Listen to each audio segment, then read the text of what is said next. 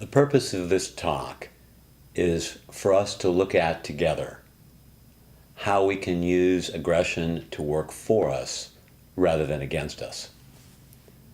And this is really a radical notion, as most of us haven't even really explored our own relationship to aggression and how it appears in our own lives. And when I'm using the word aggression, I really mean it in the broadest way possible, to include irritation, annoyance, impatience, frustration,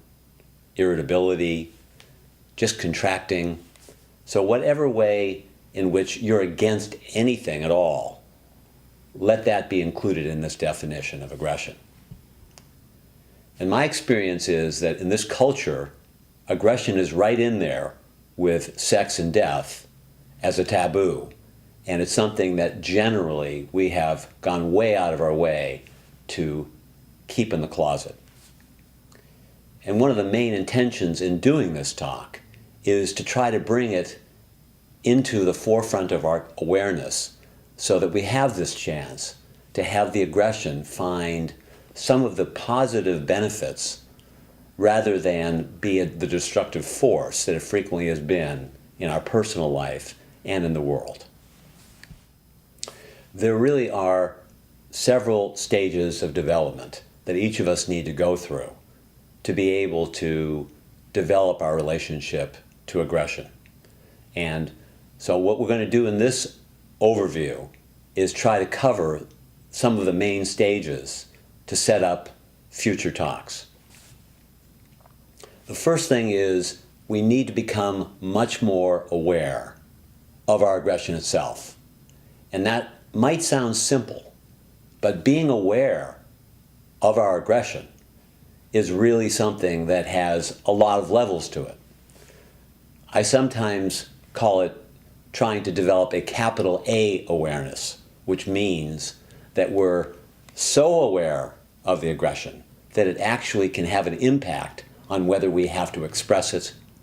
and it can have an impact on really slowing us down and not being as vulnerable to being impulsive. The second stage that we can develop as we become more committed to have a relationship to aggression is learning how to contain it,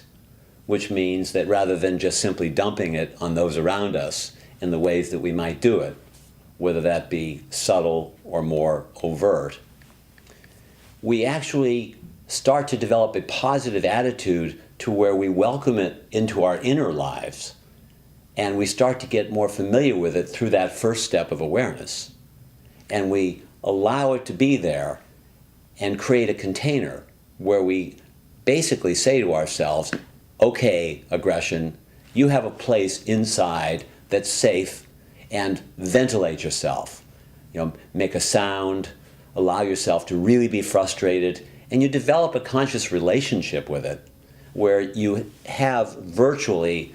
this large sense of a container,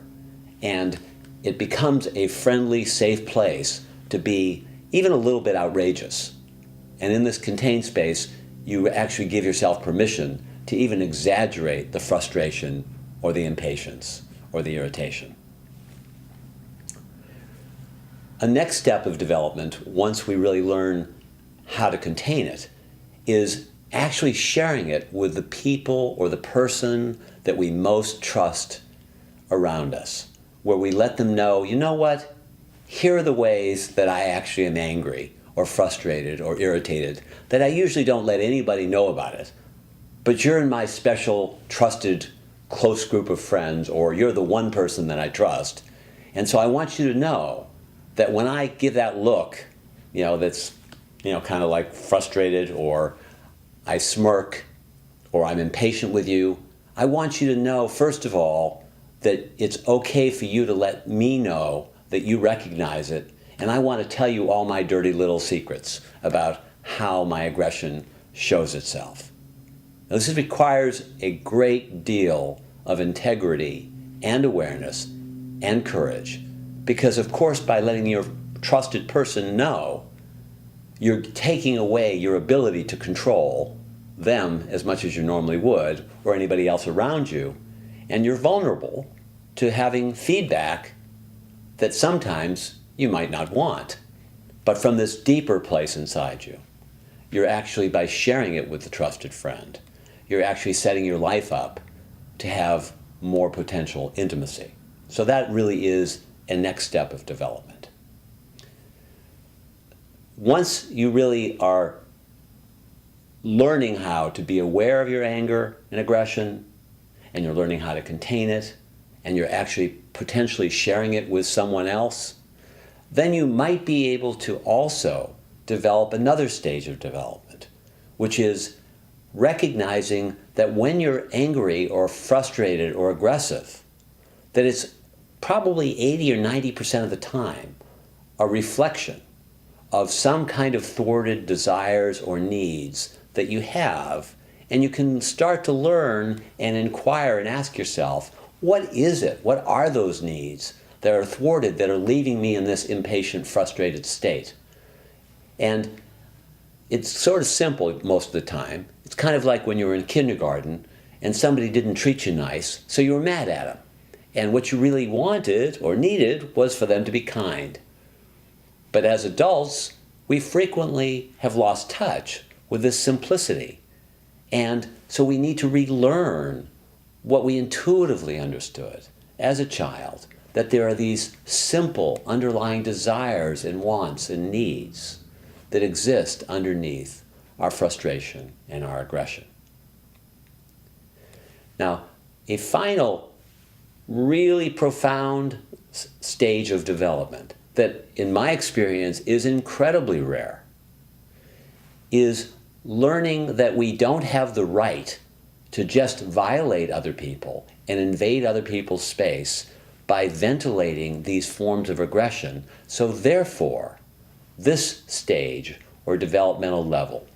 has to do with asking for permission